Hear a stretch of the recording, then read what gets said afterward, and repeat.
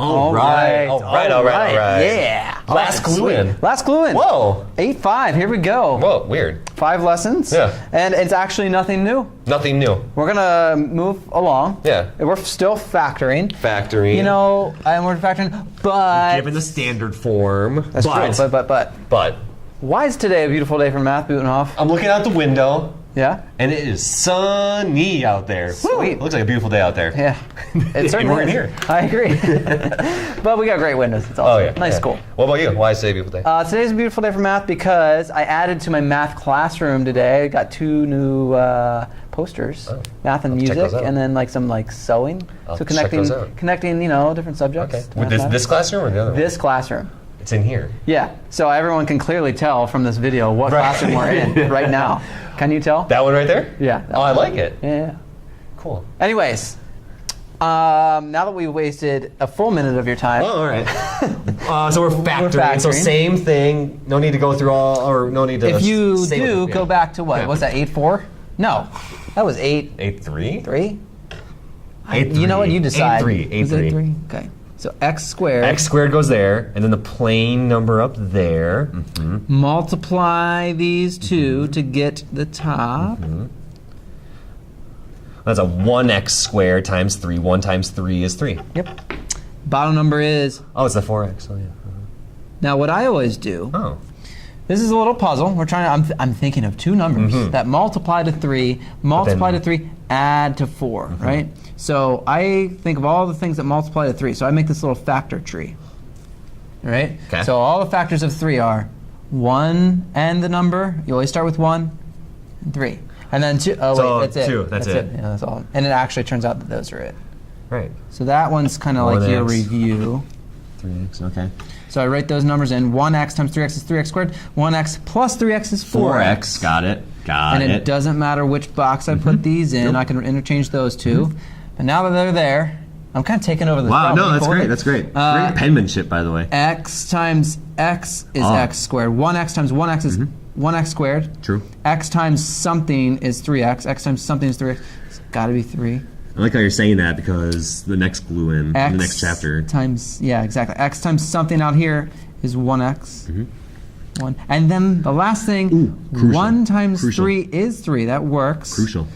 And the final answer. To get points on the test, which is coming up, by the way. Take these two. X plus, that's positive 3. Okay. And x plus 1.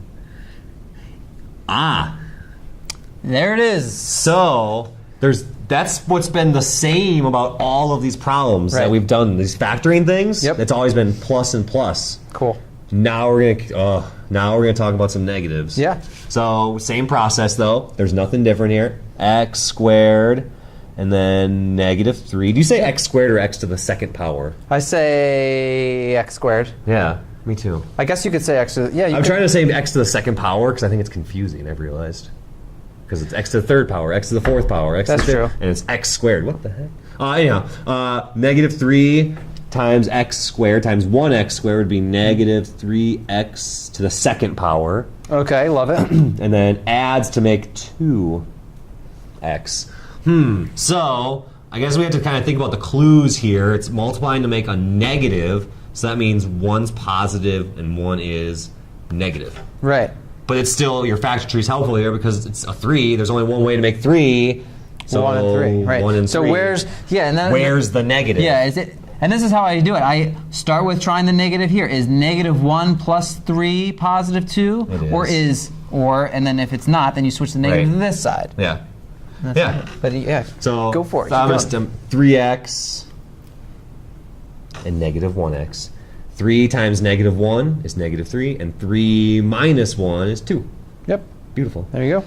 So rocking and rolling on it. X, negative x, so I put the x and the x there. Because x times x is x squared. X times something makes 3x. Got to be a 3. X times something makes negative x, so it's a negative 1.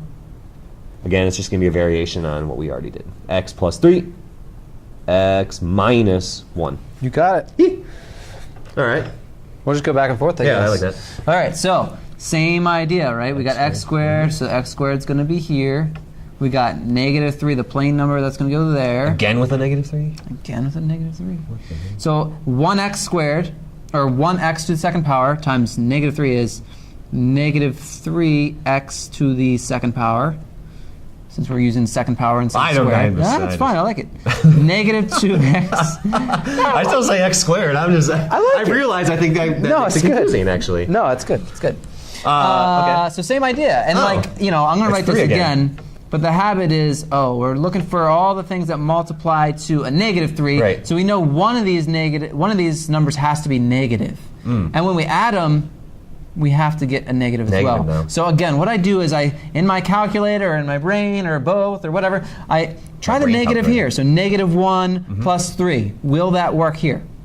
Okay, that won't work. So then switch to the negative sign, keep this positive and make this negative. So 1 plus negative 3 would be? Negative 2. Negative 2. So negative 3x the and 3, positive 1x. The 3 is the bigger number, and it's negative, so that makes it a negative 2x. You got it. I don't know. Lots of ways to think about this. You wrote negative x there. Sometimes I write the 1x. I guess I can just write x here. I wrote 1x, but I'm going to write x. That's probably better. Either way is fine now, as long as we know on our final answer. We're not going to write like 1x. On such a sunny day, let's just write x. All right. X times x is x to the second power. X times what is negative 3? Okay. Negative 3. Yep. X. A lot of people will put x here. I know. I see that a lot. I don't know why. What the? If you want the thing that you have back, you multiply it times 1. The multiplicative identity? That's a throwback. X minus 3, x plus perfect. Why, thank you. We have one more combination. One more combination that it could be. One more. So, same process. X to the second power, and then positive 3. So then we multiply that. 3 times 1x squared is 3x to the second power. And then, but now, that's multiplies to make a positive 3, but then what? Huh? Adds to make a negative 4? Huh? So multiplies to make a positive, but then adds to make a negative? What is going on? That tells us it's got to be the double negative. Yep. It's got to be. Because when you multiply two negatives, you get a positive, and if you add them, you'll still get more negatives. That's a bigger negative. Bigger negatives. So, but again, it's just 3. It's got to be 1x and 3x. It's the same thing. Yep.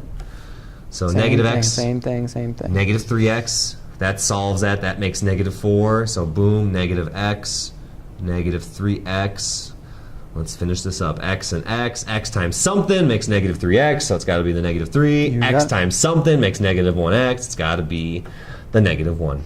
There, I'm done. Oh, whoa. Okay, sorry. I was looking outside, looking at that stuff. I know. I was looking at the posters. X minus 1, x minus 3.